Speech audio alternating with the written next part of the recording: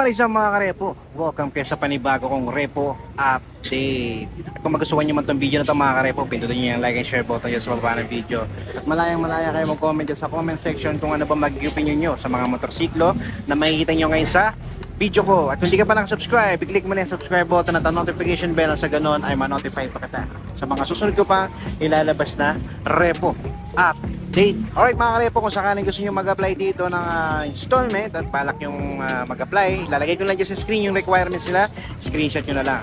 At para naman sa mga magtatanong dyan ng location, nandito ako ngayon sa Paso de Blas Motor Trade. So ang full address nila dito is 116 E. San Lorenzo Arcade, Paso de Blas. So ilalagay ko na lang din dyan yung number nila para kung sakaling gusto nyo kung tumawag, pwede naman kayo tumawag. Alright, so kung malapit kayo dito, pwede naman kayo bumisita. Alright, so yung mga repo, mag-start na ako. Alright mga repo, so ito yung mga repos nila dito. So yan, check na lang din natin, no? So may iba rito wala pang price, so check na lang natin yung kondisyon ng mga motorsiklo nila dito. Mukhang medyo sariwa pa yung mga motor nila dito mga karepo. Alright, so dito muna tayo sa bandang harapan, no? So dito meron sila ditong Honda Click na version 2 na kulay white. So ito may price na nakalagay mga karepo. So sa halagang 79,050 siya before, so ngayon makukuha nyo na lang siya ng 64,940. So as usual mga karepo, sa mga sa mga reposes nila is zero down payment na mga karepo. Alright, so sa 36 months nito is nasa 3,199. Alright, sa kondisyon nito mga karepo, yan, kung makikita nyo, napakakinis pa ng fairings, wala pang basag, seats nya, stock pa, wala pang butas. Sa mileage nya, pwede nyo i-check dito mga karepo. Alright, so yan, stock mirror nandito pa. So the rest, pagdating dito sa harapan, okay na okay pa yung ilaw nya, no? Alright, so sa headlight, ganun din, wala pang basag. Front fender, sa gulong nya, makapal pa mga karepo. Yan, sa mga naghahanap din ng Honda Click na version 2, eto, meron sila dito. Dito naman mga karepo, para sa mga naghahanap dyan ng Honda Beat, ito meron sila dito. Alright, so ang kulay niya is glossy red, kaya lang ito for pricing pa. Pero yan, check natin kondisyon nito. Okay, so pagdating sa fairing sa mga karepo, wala kayo problemahin, napakakinis pa nito mga karepo, no? Yan, all stock pa siya, pati sa seats niya, wala pang butas, stock pa. Pati mirror, nandito pa, kompleto pa. Headlight niya, signal niya, buo pa, wala pang basag, napakakinis pa. Pati gulong niya, makapal pa mga karepo. Yan, sa mga naghahanap ng Honda Beat yan, meron dito. Alright, so dito naman, teka, ikutan natin.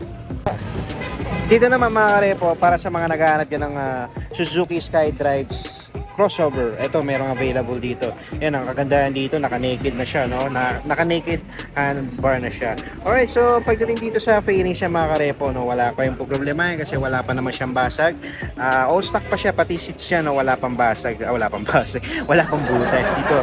Stock mirror na dito pa. Kaya lang to for pricing mga karepo. Pero sa kondisyon niya, napakaganda pa na ito mga karepo. Headlight niya, wala pang kinis, wala pang basag, Alright, so yan sa gulong niya.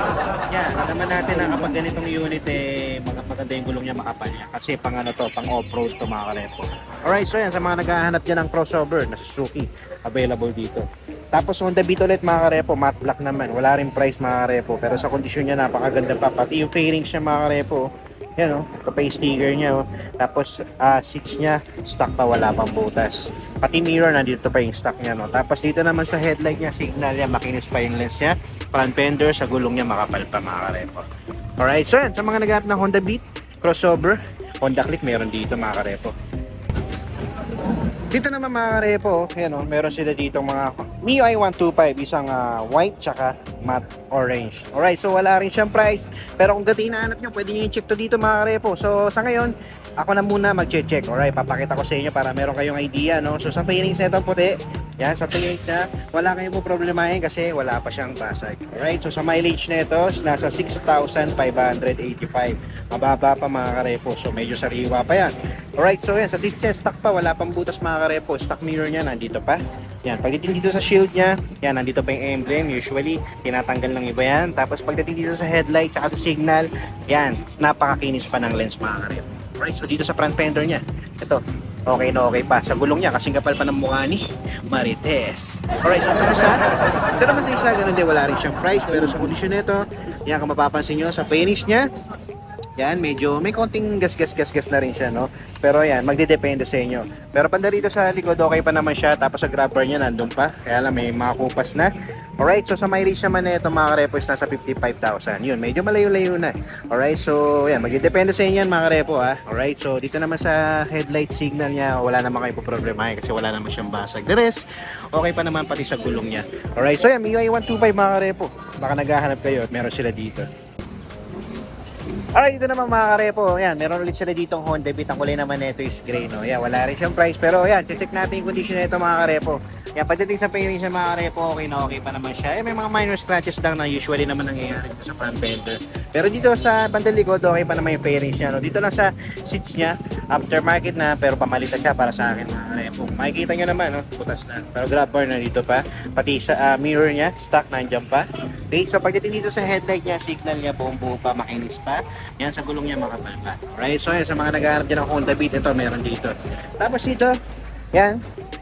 And last, meron sila dito Raider. Yan, Raider 150. Alright, so wala rin siyang price na nakalagay, pero check na natin sa pairings nito. Sa pairings niya, konti lang naman pairings nito kasi under phone to. So pagdating naman sa ano nito, seats niya, yan, aftermarket na siya mga karepo, pero yan, para sa akin, pamalit na. Alright, so sa mileage niya, hindi natin makikita kasi digital panel. Pero pagdating naman dito sa headlight niya mga karepo, wala pa siyang basag. Yan. Kompleto pa naman siya mga karepo at sa gulong niya makapal pa. Alright, so ang kulay niya is blue, no? So sa mga naghahanap din ng Raider 150, R150, ito, available dito. Alright, so yung mga repo, no? So maraming salamat sa umabot sa punto na to. So ito lang, chinik ko lang yung mga repos nila dito sa Motor Trade Paso de Blas. Yan, yung mga available nilang mga motorsiklo. Alright, so yung mga repo, so that's it for today.